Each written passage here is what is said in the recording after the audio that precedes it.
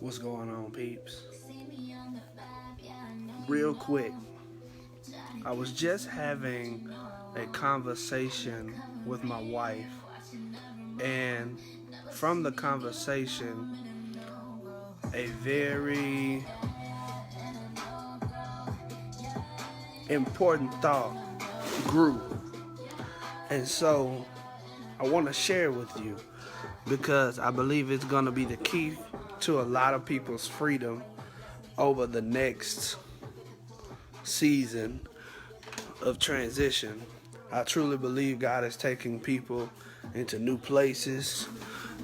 I believe God is putting new people in others' lives. I believe God is giving people new homes, new jobs, new connections. I believe that a lot of things are growing, but in order to alleviate yourself from a lot of struggle, from a lot of pain, from a lot of hardships, you have to accept the real. So, the importance of what I'm about to say comes from Matthew chapter 22 and verses 11 through 14. And when we see the text, well, you can look from verses 1 through 14, but the main little gist is going to come from verses 11 through 14. When you see verses 1 through 14, you see where there's a king that is getting ready to have a wedding ceremony. And he invites people that were serving him.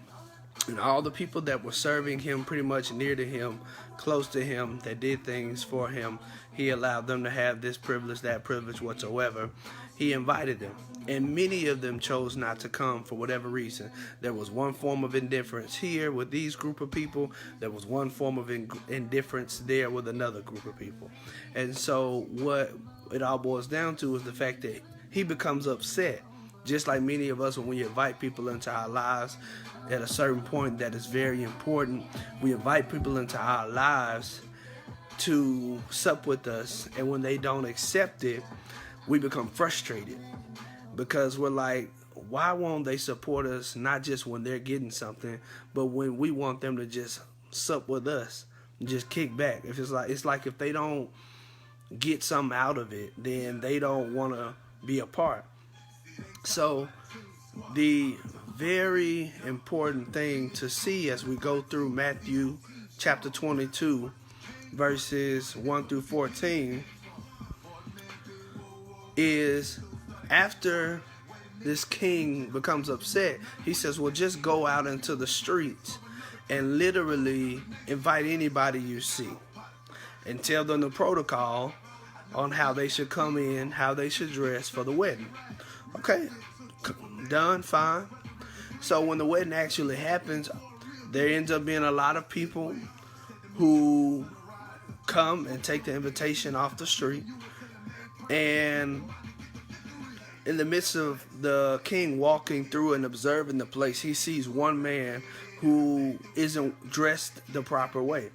Now, we were all born out of an understanding at some point in our life of you have to do things decency and in order.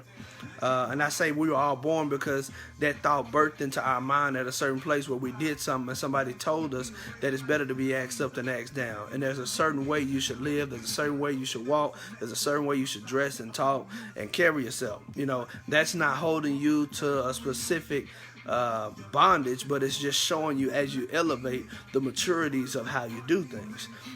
So as we observe, one of the reasons why God gives us guidelines for how we should do things is because if we don't follow the protocol, we'll be out of order, and when we're out of order, it will show. So Jesus, even when he was living, he still followed the customs in a way to where he was pretty much like a chameleon in the process of all the people he was around. He never wanted to just be an idol or stand out.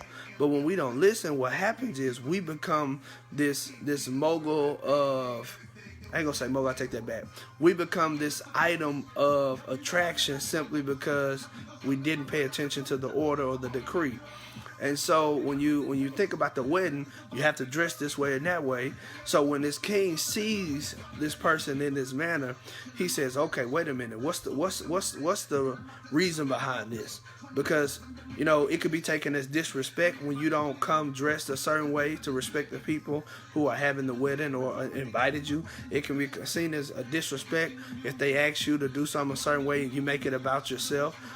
It can be a disrespect if you don't follow the protocol, because it can make it seem like you have a twisted agenda.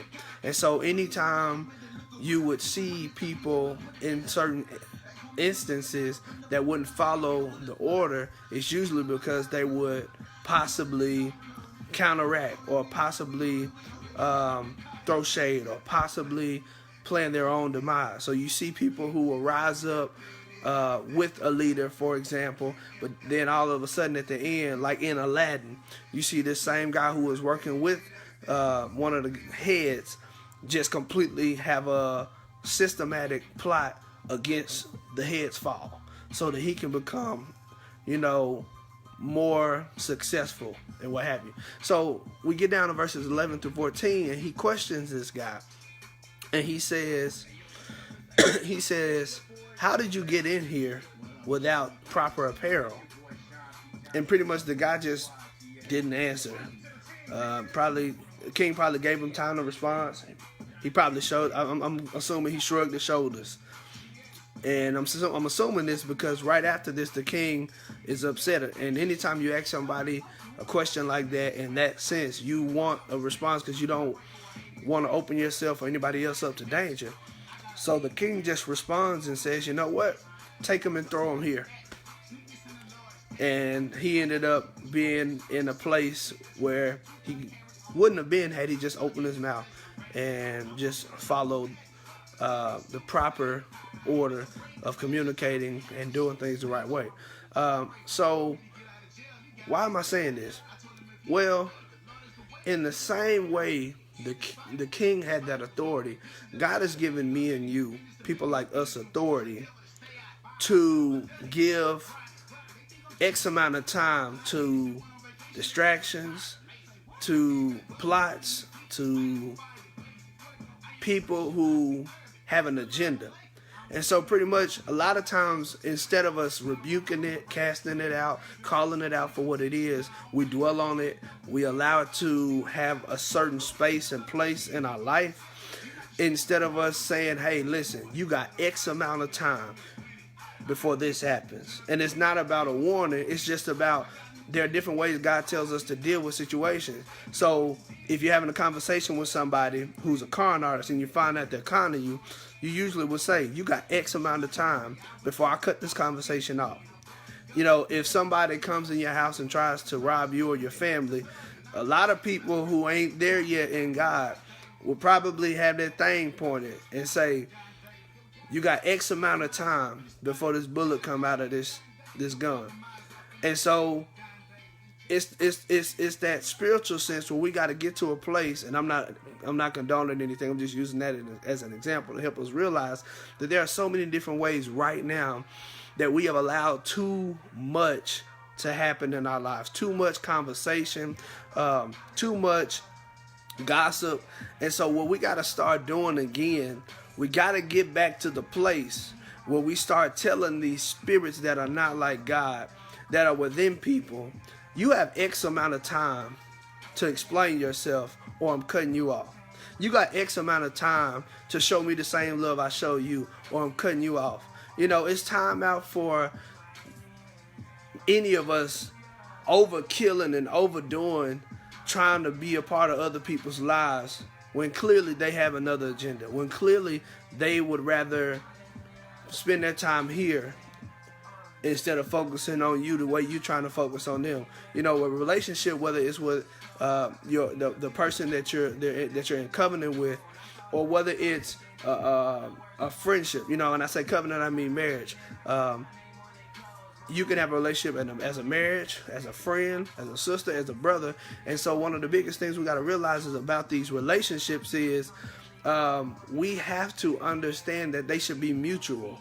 One guy said recently on a talk show that one thing that needs to stop happening is people chasing a specific type of people, a specific gender, because he felt like it creates a force instead of a mutual.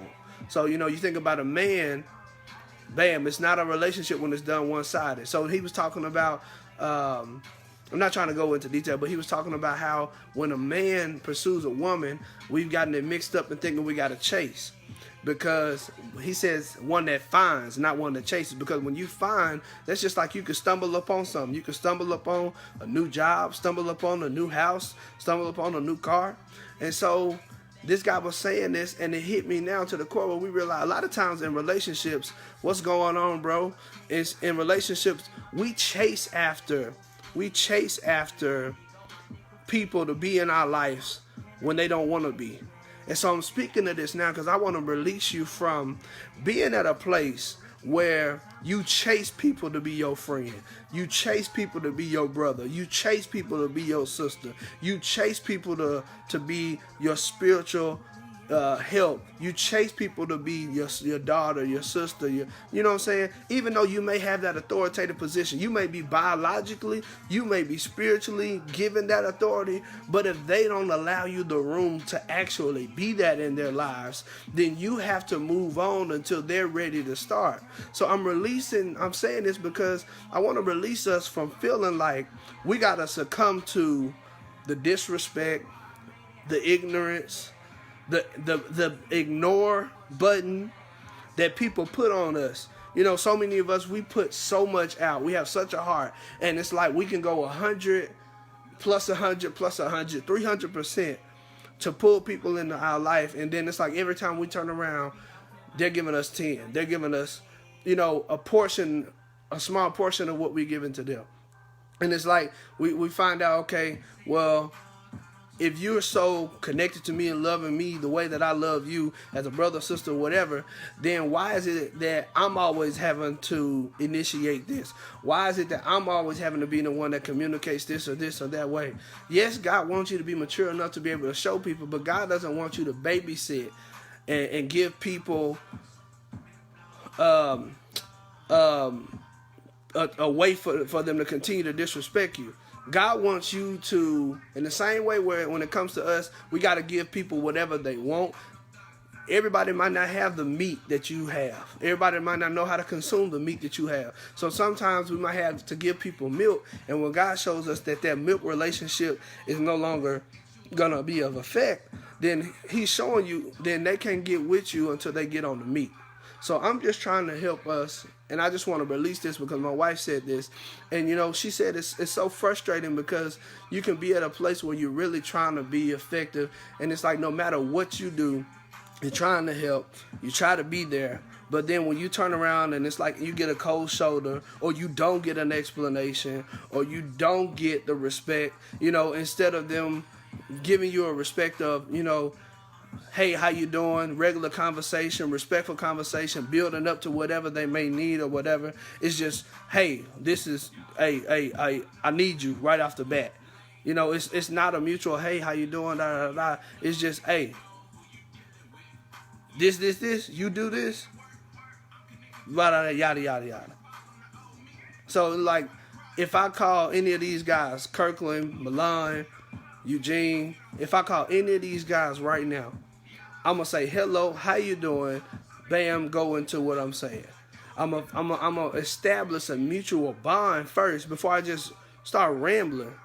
And so, just like he said, some people don't understand that what you carry, or they solely want what you carry. So they won't be straight up about the fact that the only reason why they're hanging with you is because them hanging with you gives them ideas to do stuff that they never would have done had they not been with you. They won't say that they're jealous of you, envious of you, or whatever it is on top of that. They just want to carry what you carry. They just want to benefit from it. So if I call any of these guys, once again, I'm going to have a protocol for how I address them. I'm not just going to call him after I feel like he owes me something. I'm not going to call him after I feel like, you know, I did something for him and he needs to repay me that. I'm not just going to call him right off the top of the hat and say, hey, yo, you got that? Like, no. And that's what a lot of people are getting now. Instead of people being mutual enough and respectful enough, what they do is the people that you getting ready to X out of your life, here are signs that you're gonna see. You're gonna be mutual with them, you're gonna be respectful, but they're not gonna communicate with you on everything that you're doing like you're doing them. Then they're not gonna give the explanation, or if they give an explanation, what's going to happen is that explanation is going to actually be an excuse, and it's not going to be valid. Then on top of giving an explanation and an excuse, you're going to still see those certain patterns where instead of them being able to be mutually understanding and change, they still have those same ways because that's how they feel. And like he said, genuine people, what do he say? Genuine people,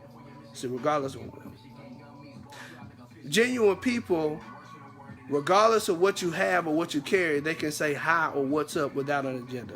And I agree with that. So going into this next level, I'm going to just go straight off that. I'm releasing you to be with that person that can say hi or what's up without an agenda. Those are the people that you need to focus on in this next point of your life, because I truly believe that God is pulling you out of that place of being hurt, that place of being manipulated, mistreated, and abused.